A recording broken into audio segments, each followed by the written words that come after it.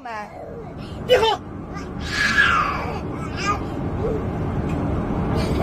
好，so 不哭了，阿姨就带你出去找奶奶。好，阿姨。The cabin fell silent as two passengers carried the crying girl into the tiny airplane restroom, shutting the door behind them. As the girl's grandmother stood anxiously outside, the strangers sternly told the child, "Don't cry. Shut your mouth."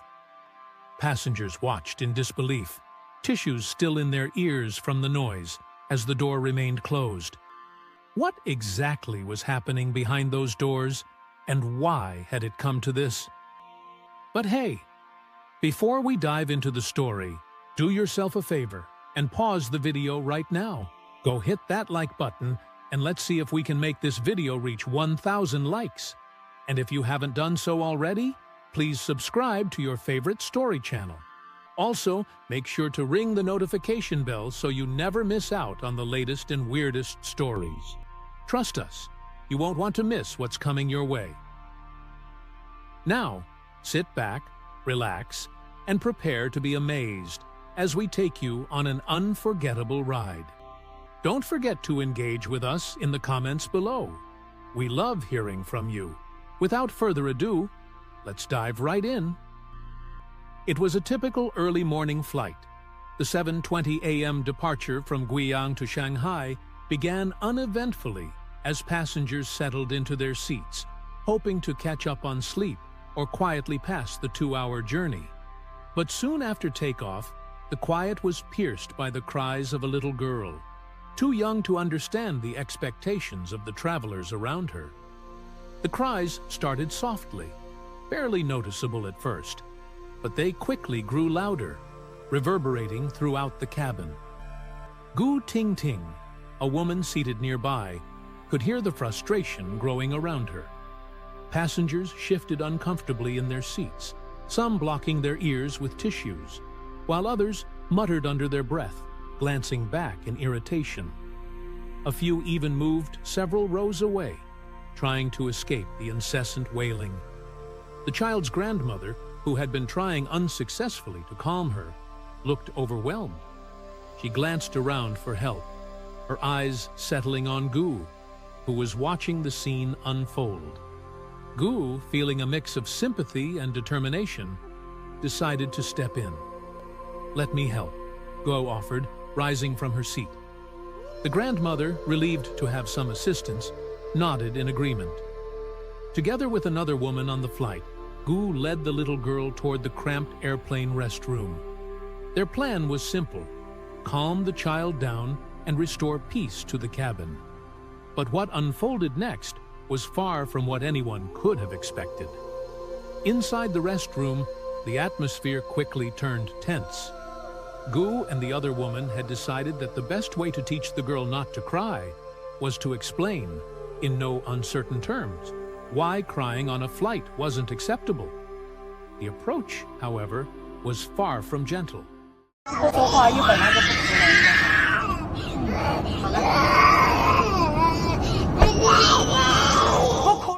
"Don't cry," they scolded the child. "Shut your mouth. You can't go out even if you make a sound." Their voices were stern, their expressions rigid as they attempted to impose discipline on the distraught girl.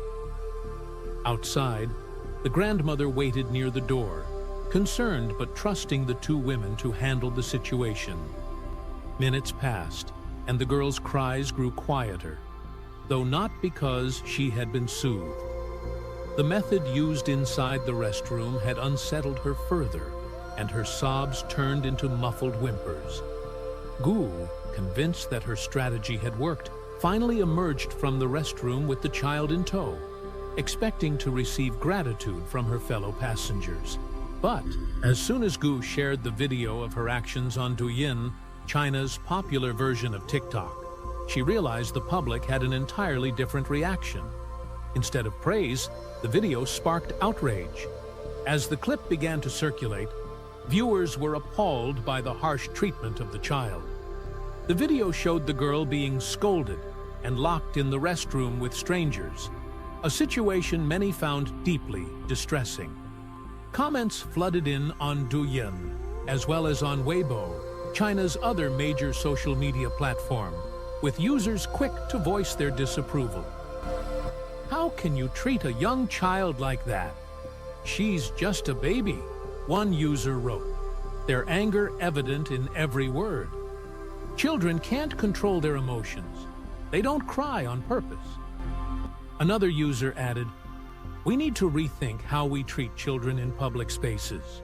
They're part of society too, and we should be making accommodations, not isolating them." The video quickly gained traction, drawing the attention of the airline itself. Juneyao Airlines launched an investigation into the incident, reaching out to the girl's family to get a better understanding of what had happened on board.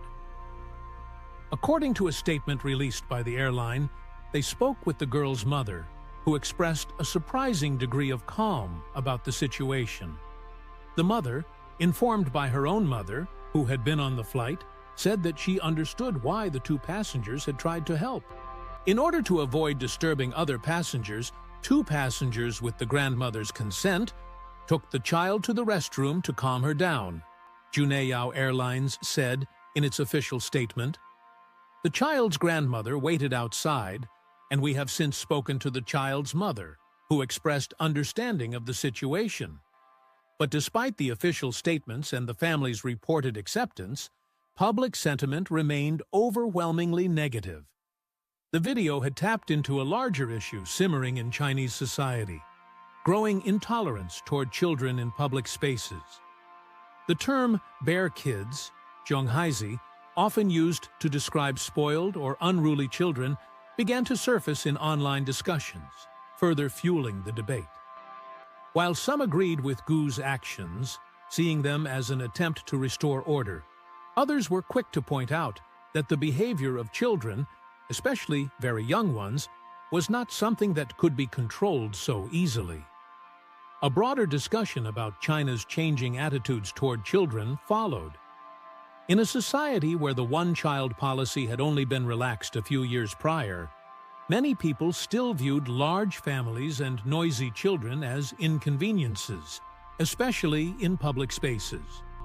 Critics argued that China's increasing urbanization and fast-paced lifestyle had contributed to a lack of empathy toward children and their natural behaviors.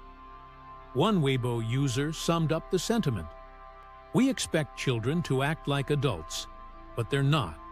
They're learning how to navigate the world, and we, as adults, need to make space for that."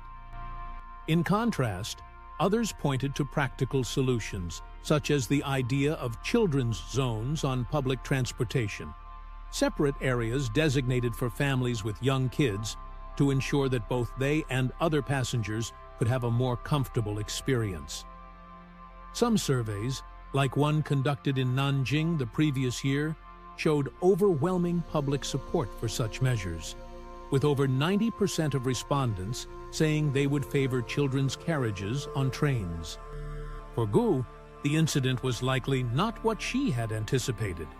She had believed she was helping, trying to create a more peaceful environment on the flight for everyone involved.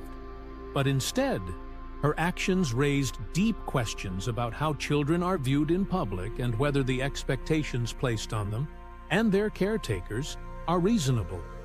As the backlash continued, Gu's video served as a stark reminder that there's a delicate balance between addressing the needs of individuals and considering the broader community. While Gu's intentions may have been to bring peace to the flight, the story became a lesson in understanding, patience, and the importance of empathy, especially toward those who are still learning to navigate their emotions. The story of the crying child, her grandmother's helplessness, and two strangers' well-intentioned but harsh methods to control the situation sparked a national conversation. At its core, the debate was not just about one girl's tantrum, but about how society responds to its youngest members, who often cannot articulate their frustrations and fears as adults can. In the end, Gu's attempt to help did not have the desired outcome. Instead, It shined a light on the need for a shift in perspective, one that sees children as part of public life, not an inconvenience to be quieted, but individuals who deserve the same understanding and patience that any adult might expect in their moments of distress.